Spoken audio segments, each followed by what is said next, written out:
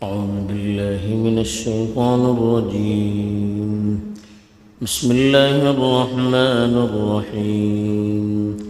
وما جعلنا القبلة التي كنت عليها إلا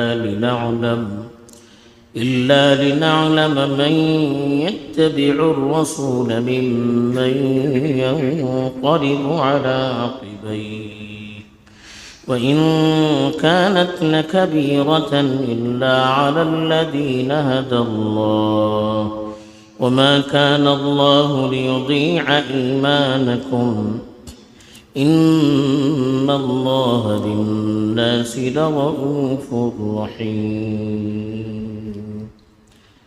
الحمد لله رب العالمين والعاقبة للمتقين، الصلاة والسلام على سيد الأنبياء والمرسلين خاتم النبيين محمد وعلى آلہ وصحبہ اجمعین. ما بعد. کل اس آیت کے ایک حصے کی تلاوت کی گئی تھی اور اس میں امت مسلمہ کی پوزیشن کو بیان کیا گیا تھا اور ان کو ان کے مقام و مرتبے سے واقف کروایا گیا تھا. اب جو آیت کا ٹکڑا تلاوت کیا گیا ہے اس میں قبلے کی تبدیلی کے پیچھے کیا حکمت پوشیدہ تھی اور مومن کی اللہ کے حکم کے سامنے کیا پوزیشن رہتی ہے، اس کا مزاج کیا رہتا ہے، اس کو بھی واضح کیا گیا ہے. چنانچہ اللہ تعالیٰ نے ارشاد فرمایا وما جعلنا القبلة التي كنت علیہ، اور ہم نے اس قبلے کو جس پر آپ قائم تھے اسی لیے بنایا تھا کہ الا لنعلم، کہ ہمیں معلوم ہو من یتبع الرسول، کہ رسول کی بات کون مانتا ہے، ممن ینقلب علی عقبیہ، اور کون پچھلے پیر واپس چلا جاتا ہے. ابھی اللہ تعالیٰ نے اپنے امتحان کے سلسلے میں فرمایا ہے، چونکہ 17 مہینے تک تقریباً مدینے میں مسلمان مسجد اقصیٰ کی طرف رخ کر کے نماز پڑھا کرتے تھے. حالانکہ جو مکے کے مسلمان تھے وہ بھی اور جو مدینے کے مسلمان تھے وہ بھی، ان کی طبیعت کعبۃ اللہ کی طرف ہی مائل رہتی تھی اور اسی کی محبت میں وہ پلے بڑے تھے. ان کی گھٹی میں اس کی محبت پڑی ہوئی تھی.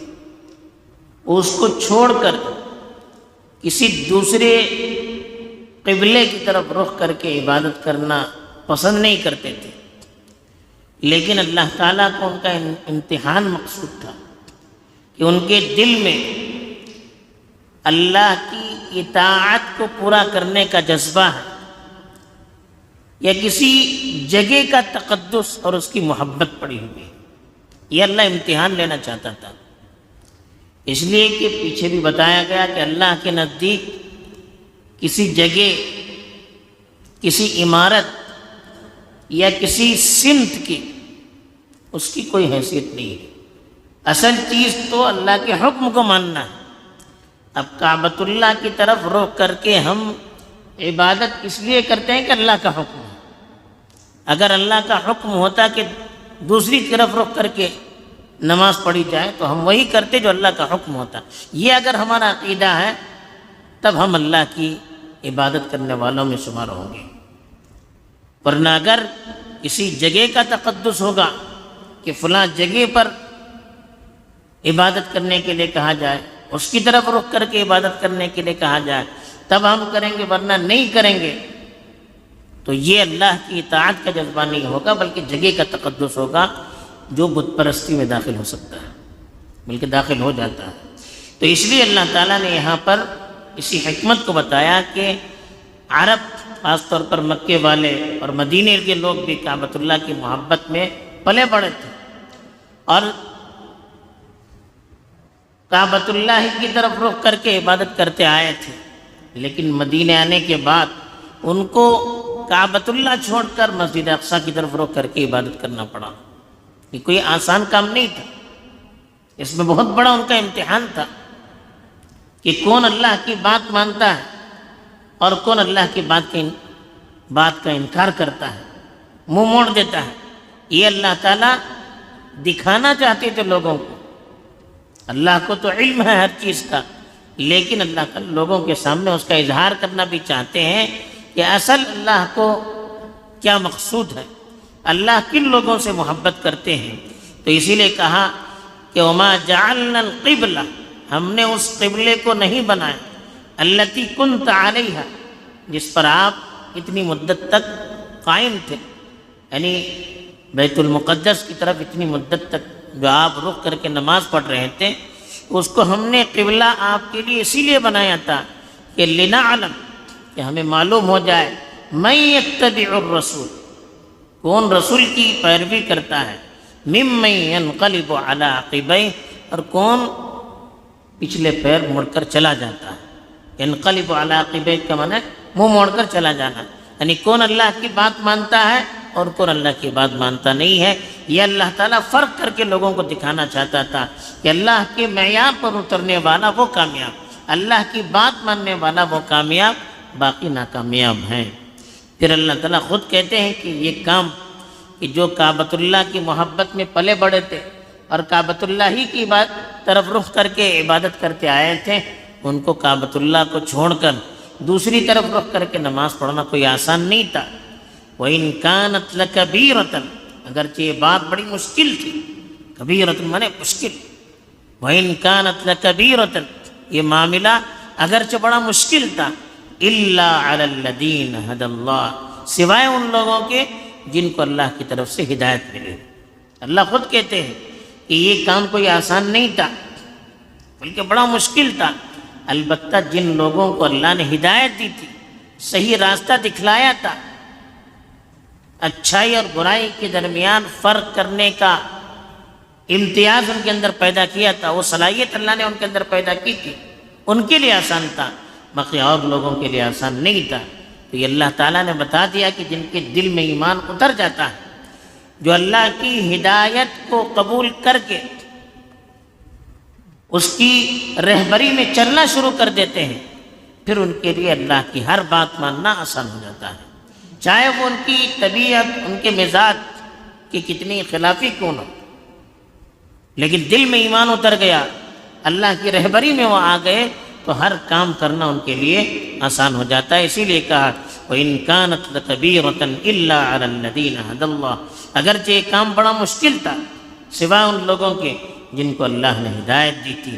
تو اس سے یہ بھی معلوم ہوتا ہے کہ جب تک اللہ کی ہدایت نہ ہو، انسان اچھے کام کی طرف متوجہ نہیں ہو سکتا۔ تو اس لیے ہمیں ہر کام میں اللہ کی ہدایت اور اس سے توفیق مانگتے رہنا چاہیے، اس کے بغیر انسان آگے نہیں بڑھ سکتا۔ پھر آگے جو بات بتائی جا رہی ہے اس میں ایک سوال کا جواب دیا جا رہا ہے۔ جب کعبۃ اللہ کی طرف نماز پڑھنے کا حکم دیا گیا تو اب جو دشمن تھے، چاہے وہ منافق ہوں، یہودی ہوں یا مشرکین ہوں، اب ان کو مذاق اڑانے کا بڑا موقع مل گیا، طرح طرح کی شکوک اور شبہات پھیلا کر ایمان والوں کے قدموں کو ڈاواڈول کرنے کی کوشش کرتے تھے۔ اب اس میں بعض لوگوں نے پھلجھڑی چھوڑنی شروع کر دی، جس سے بعض صحابہ کو بھی ذرا سا تردد ہونے لگا، ذرا سا کھٹک محسوس ہونے لگی کہ واقعی بات ان کی صحیح ہو سکتی ہے، کہ انہوں نے یہ سوال اٹھایا کہ اب آپ نے 16 یا 17 مہینے بیت المقدس کی طرف رخ کر کے نماز پڑھی، اب کعبۃ اللہ کی طرف رخ کر کے نماز پڑھی جا رہی ہے، تو اتنی مدت جو آپ نے عبادت کی وہ کیا ضائع ہو گئی؟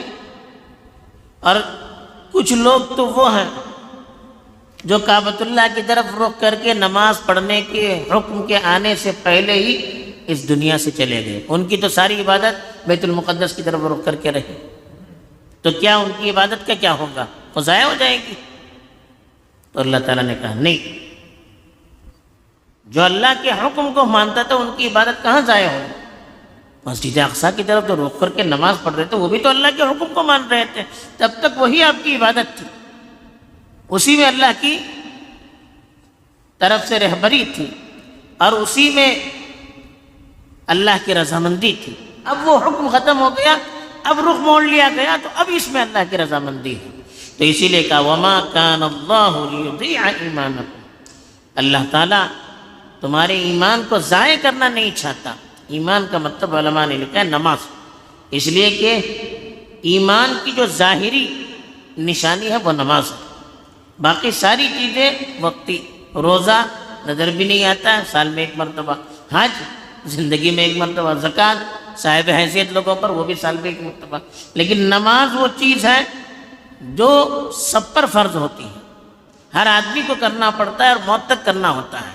اور ایمان چونکہ اندرونی چیز ہے، ایمان نظر نہیں آتا ہے، اب ایمان کو ظاہر کرنے والی چیز نماز ہے، اس لیے نماز کو ایمان ہی سے تعبیر کیا گیا۔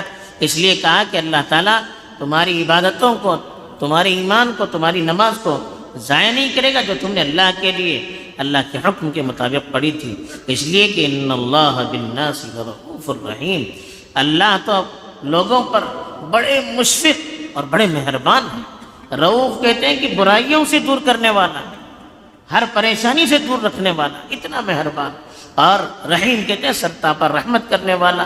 اللہ کی ذات تو آپ کو ہر پریشانی سے دور رکھنا چاہتی ہے، ہر مصیبت اور تکلیف سے دور رکھنا چاہتی ہے، اسی کی رحمت ہے کہ اللہ تعالیٰ اچھے کام کی توفیق دیتا ہے۔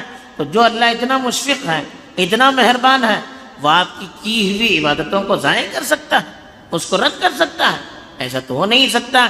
بہرحال یہاں پر اللہ تعالیٰ نے یہی بات ہمیں بتا دی کہ اصل کام اللہ کی بات کو ماننا ہے، اور دوسری چیز بتائی کہ اللہ کی بات کو ماننے کے لیے اللہ کی توفیق ضروری ہے، اس کی طرف سے ہدایت ضروری ہے، اور تیسری چیز اللہ کے لیے انسان جو بھی عمل کرتا ہے اور بتائے ہوئے شریعت کے طریقے کے مطابق ہوتا ہے تو وہ عمل اللہ کے یہاں ضائع نہیں ہوتا ہے۔ اور چوتھی چیز جو اللہ نے بتائی کہ اللہ تعالیٰ انسانوں پر بڑے مشفق اور مہربان ہے، تو اس لیے اللہ تعالیٰ انسان کی ہوئی چیزوں کو ضائع نہیں کرتے ہیں۔ اللہ تعالیٰ ہمیں اللہ کی باتوں پر یقین کرنے کی اور اس کے مطابق چلنے کی توفیق دے۔ آمین۔ وآخر دعوانا